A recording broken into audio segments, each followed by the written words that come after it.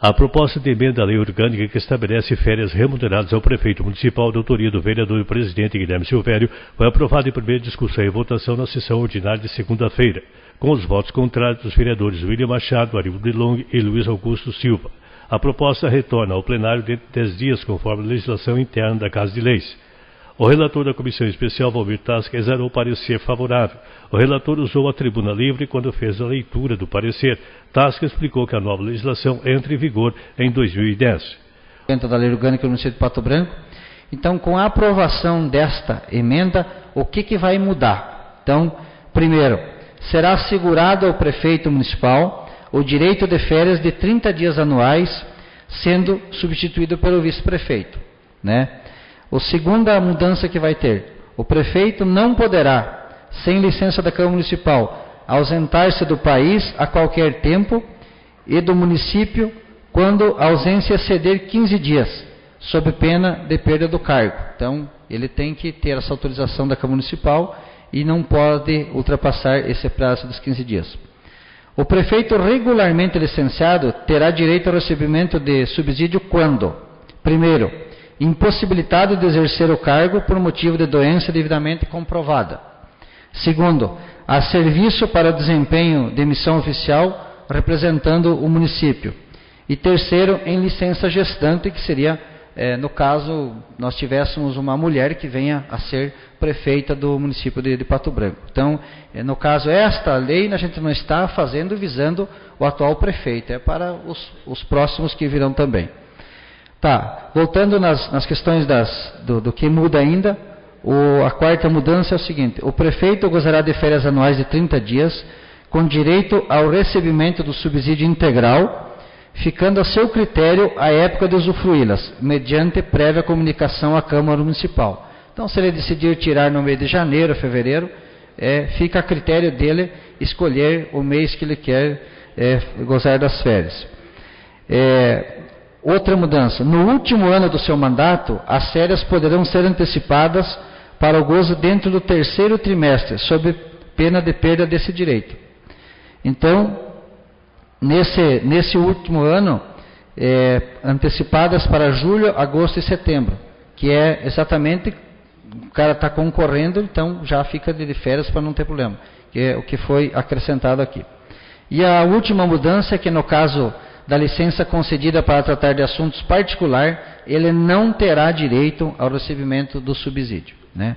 Então, após essa análise, como podemos observar, junto ao projeto, encontra-se apenso o parecer do Tribunal de Contas de 2 ou 3 municípios, aí, de Farol, Centenário do Sul, sobre a possibilidade do gozo de férias pelo chefe do Executivo Municipal, onde a Diretoria de Contas Municipais do Tribunal de Contas responde afirmativamente a indagação dos prefeitos.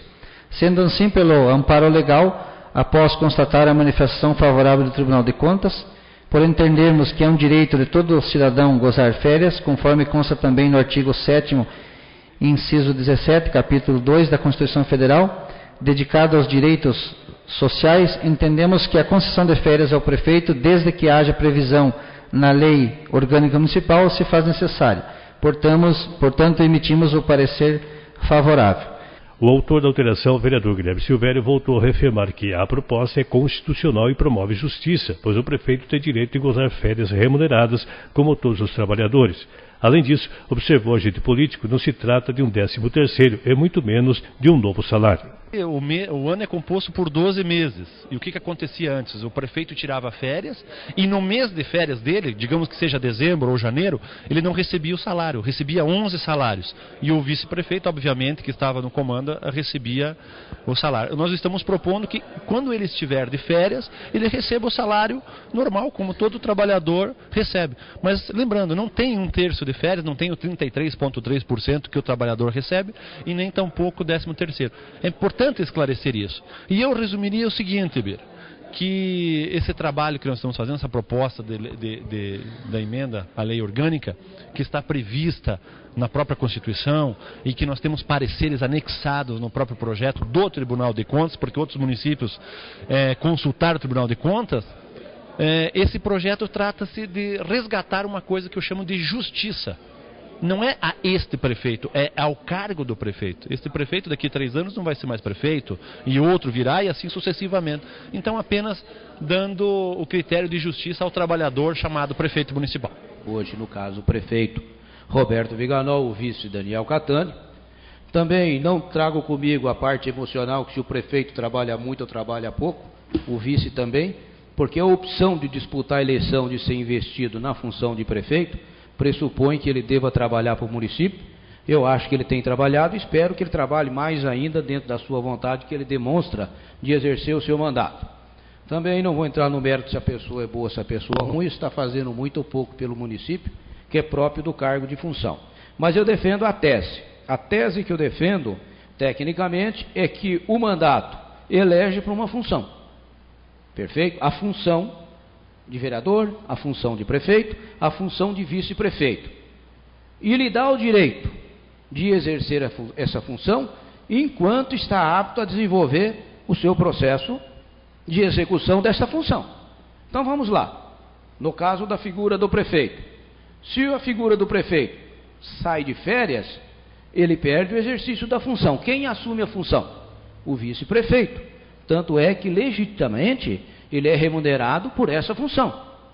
Colocar o nosso prefeito numa situação difícil até. Vai ser criticado pelo Brasil inteiro, vai ser divulgado pelo Brasil inteiro, porque eu procurei, eu não sei quais são os municípios que o prefeito tem férias remuneradas, eu não consegui encontrar. Faz tempo que eu estou procurando, eu não consegui. Se vocês sabem de algum município, eu acho que era bom elucidar isso, né? Eu não consegui saber. Elaborada.